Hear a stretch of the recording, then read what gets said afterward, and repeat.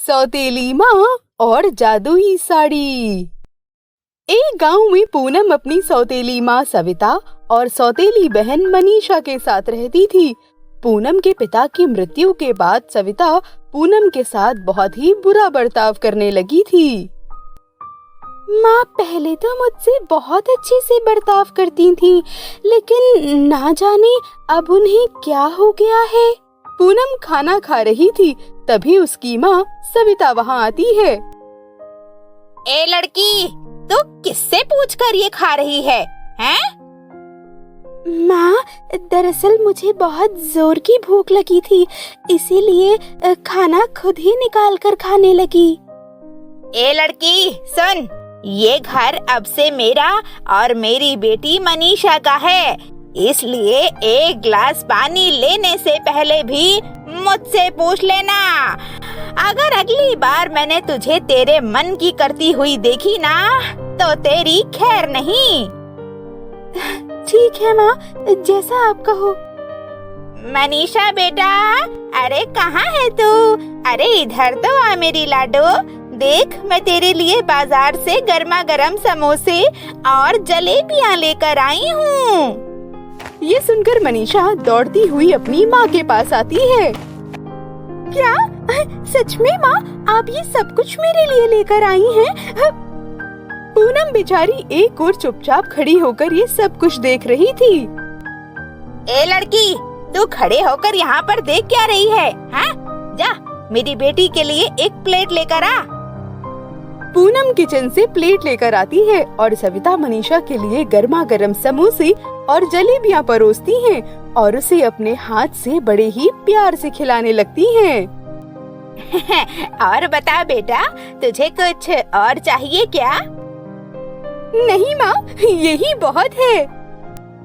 बेचारी पूनम खड़ी होकर ये सब कुछ देख रही थी और मन ही मन बहुत दुखी हो रही थी। काश माँ मुझे भी इतने ही प्यार से खिलाती।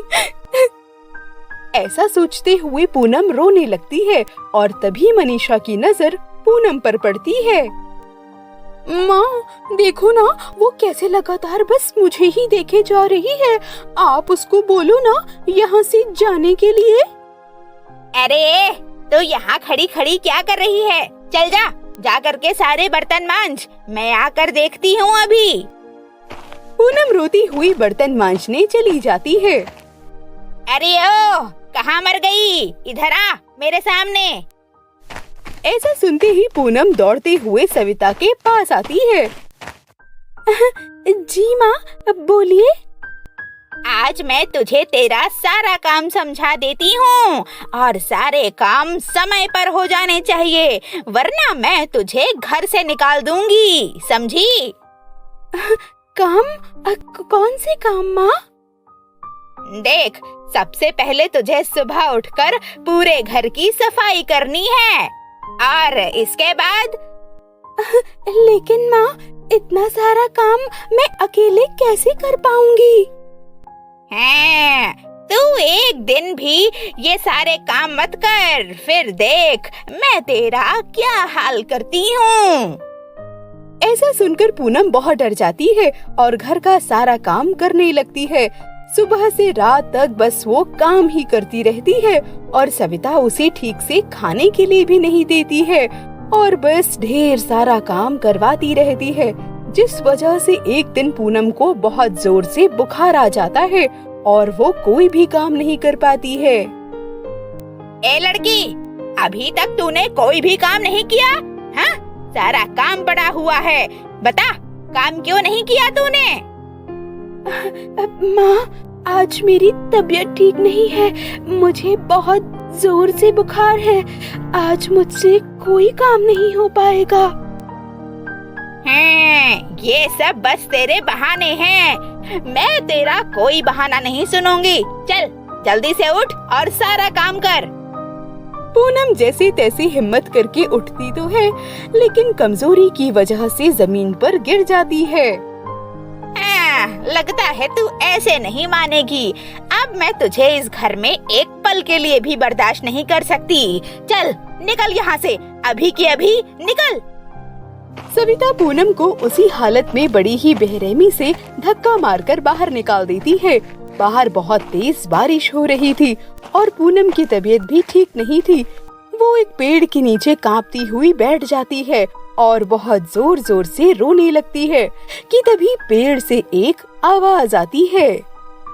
पूनम, तुम बिल्कुल भी दुखी मत हो, मैं आ रही हूँ तुम्हारी मदद करने। अचानक से ये अजीब सी आवाज सुनकर पूनम बहुत जोर से डर जाती है और तभी देखती है कि आसमान से एक बहुत ही खूबसूरत सी चमकती हुई परी पूनम के सामने आ जाती है। पूनम, मैं सब कुछ जानती हूँ।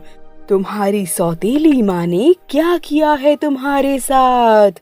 अब तुम बिल्कुल भी चिंता मत करो और देखो, तुम्हारे साथ सब कुछ अच्छा ही होगा। इतना कहकर परी अपनी छड़ी घुमाती है और छड़ी के घुमाते ही पूनम का बुखार मिनटों में ही ठीक हो जाता है और वो अंदर से स्वस्थ महसूस करने लगती है। ये लो पूनम, मैं तुम्हें एक जादुई साड़ी देती हूँ। ये साड़ी तुम्हारी हर इच्छा को पूरा करेगी। परी पूनम को जादुई साड़ी देकर वहाँ से गायब हो जाती है। पूनम उस साड़ी को पहनती है तो वह बहुत ही ज्यादा खूबसूरत बन जाती है। अरे, इसने तो मुझे बहुत ही खूबसूरत बना दिया। अब इससे कुछ मांग कर देखती हूँ। हे जादुई साड़ी, मुझे रहने के लिए एक घर दे दो। इतना बोलते ही पूनम के सामने एक बहुत ही खूबसूरत सा घर बन जाता है। पूनम उस घर में रहने लगती है और अब उसे जो भी चाहिए होता था वो उस जादुई साड़ी की मदद से मांग लेती थी। पूनम खुशी खुशी अपनी जिंदगी बिता रही थी। पूनम के पिता ने मरने से पहले अपने घर को गिरवी पर रखकर पैसे लिए थे, इसीलिए सभी सविता से पैसे मांगने आने लगते हैं।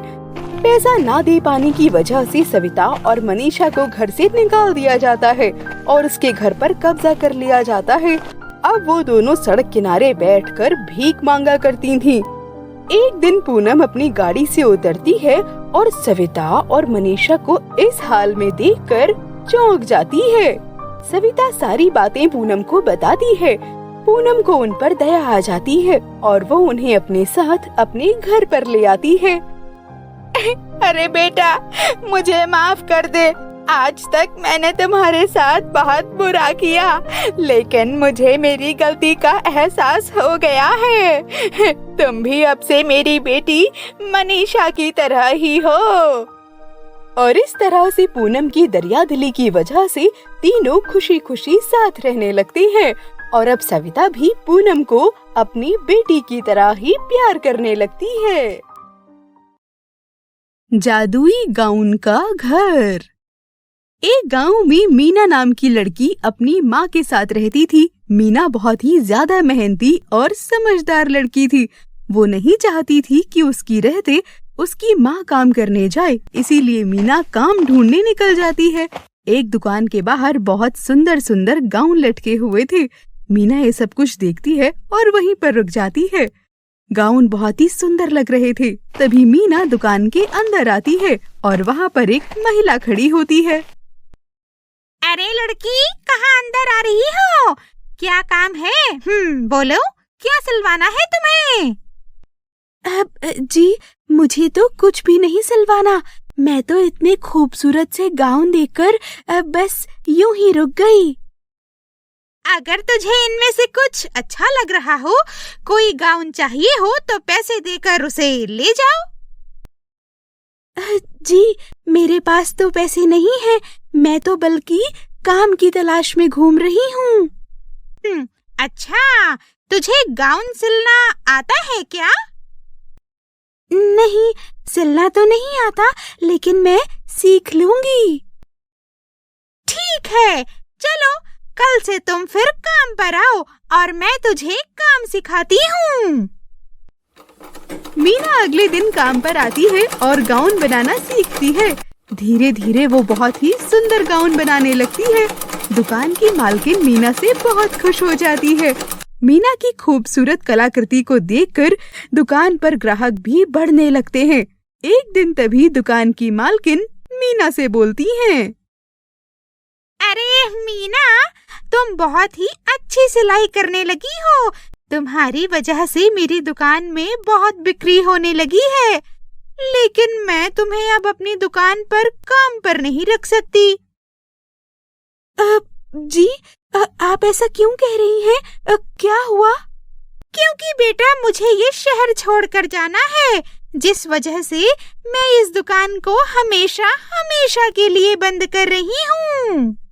मीना दुकान बंद होने की बात को सुनकर बहुत दुखी हो जाती है और घर आ जाती है। माँ, मैं जहाँ काम पर जाती थी वो दुकान तो अब बंद होने वाली है। माँ, अब मैं पैसे कहाँ से लाऊंगी? ऐसा बोलकर वो बहुत जोर जोर से रोने लगती है।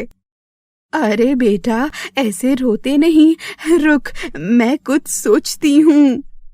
मीना की माँ तभी एक बहुत ही पुरानी सी सिलाई मशीन निकालती हैं और उसे मरम्मत करके चलाती हैं।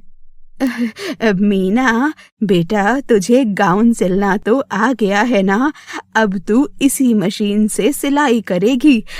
मैं इसे घर के बाहर ही लगा देती हूँ, तू कल से बाहर बैठ जाना। मीना अगले दिन से ही घर के बाहर सिलाई मशीन लेकर बैठ जाती है।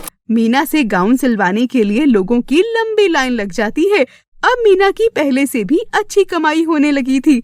मीना के पड़ोस में तारा नाम की एक लड़की रहा करती थी। तारा एक दिन मीना के पास आकर उससे कहती है। अरे मीना, मेरे पास कोई काम नहीं है, पैसों की भी बहुत कमी हो गई है। क्या तू मुझे अपने साथ काम पर रख लेगी? मैं तेरी मदद कर दिया करूंगी। मीना को ये सुनकर अपने पुराने दिन याद आ जाते हैं और उसे तारा पर दया आ जाती है, इसीलिए वो तारा को काम पर रख लेती है। तारा उसके साथ काम करने लगती है, लेकिन कुछ महीनों के बाद ही उसे मीना से जलन होने लगती है। वो सोचती है ये तो बहुत पैसे कमाती है और मुझे तो थोड़े से ही देती है, इसीलिए इसका काम बिगाड़ देती हूँ और ये मशीन लेकर भाग जाती हूँ। मीना जब ये सब कुछ देखती है तो उसे बहुत जोर से रोना आ जाता है।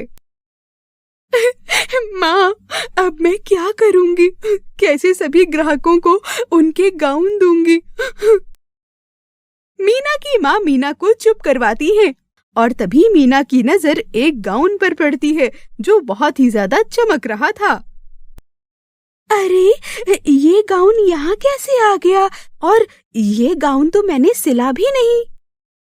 जैसे ही मीना उस गाउन को उठाती है, उस गाउन में से एक खूबसूरत सी परी बाहर आ जाती है। मीना, तुम बिल्कुल परेशान मत हो, मैं जानती हूँ तुम बहुत ही अच्छी लड़की हो और ये सब कुछ तारा ने किया है।